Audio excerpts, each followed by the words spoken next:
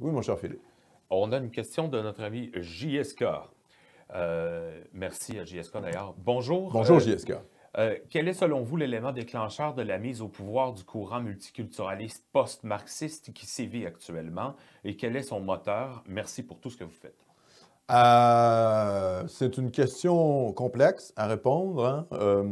Alors évidemment, moi je pense qu'au Québec, grosso modo, cette espèce de multiculturalisme, le cas canadien et québécois est assez complexe parce que ça a été enchâssé dans la Constitution de 1982. Donc, évidemment, il y a un aspect institutionnel très fort avec le multiculturalisme, parce que le multiculturalisme a aussi été pensé comme une arme politique, il ne faut jamais oublier ça, pour contester la légitimité des revendications nationalistes des souverainistes québécois.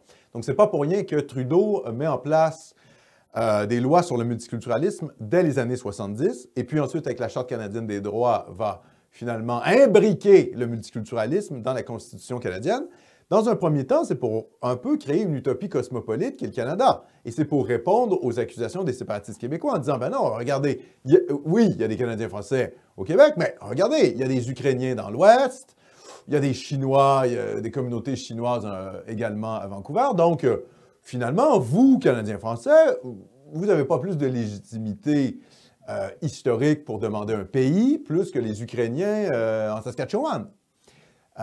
Et donc, cette idée de passer d'un État binational, hein, fondé par des Français et des Anglais, à un État multiculturel, passer du biculturalisme au multiculturalisme, ça a été la réponse finalement fédéraliste pour tuer le séparatisme québécois naissant.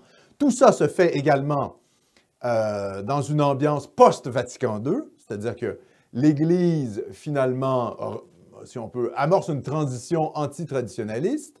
Les modernistes au sein de Vatican II prennent le contrôle. Et qu'est-ce que ça fait? Ça fait déferler sur les pays catholiques, notamment, une vague de gauchisme. Ce qui fait que, par exemple, quand il y a la sécularisation de l'instruction publique avec le rapport Parent au Québec, eh bien, les évêques ne combattent pas la sécularisation de l'école. Vous savez, ça, c'est le grand récit. D'ailleurs, on va y revenir. Ça me permet de faire la transition, d'ailleurs, sur le prochain article. Mais le grand récit de la Révolution tranquille, c'est de se dire que, finalement, les Québécois ont combattu l'influence de l'Église et qu'on est parvenu à avoir une société laïque, ou en tout cas sécularisée. Peut-être pas laïque, mais sécularisée, où on a rejeté les curés des maisons et des écoles et des institutions. Mais la réalité historique, c'est pas ça. La réalité historique, c'est que l'Église n'a pas combattu le mouvement de sécularisation. L'Église s'est laissée faire parce qu'elle était elle-même gagnée par les courants libéraux en son sein, notamment le personnalisme chrétien, qui est un courant qui était évidemment catholique, mais qui critiquait le cléricalisme, c'est-à-dire le fait que le clergé prenait trop de place dans la société chrétienne. Et donc, il fallait remettre au centre de la vie chrétienne la personne humaine, d'où le nom de personnalisme. Et ça a été un courant qui a été très fort notamment en France avec la revue Esprit de Mounier. Et c'est ce qui a inspiré Cité libre au Québec dans les années 50, et c'est ce qui va donner la matrice idéologique de la Révolution tranquille et du trudeauisme.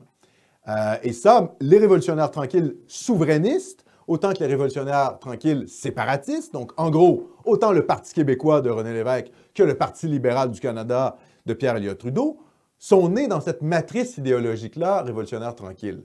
Ce qui va faire que ça va déconstruire finalement l'identité traditionnelle à la fois du Canada anglais britannique et à la fois du Canada français catholique.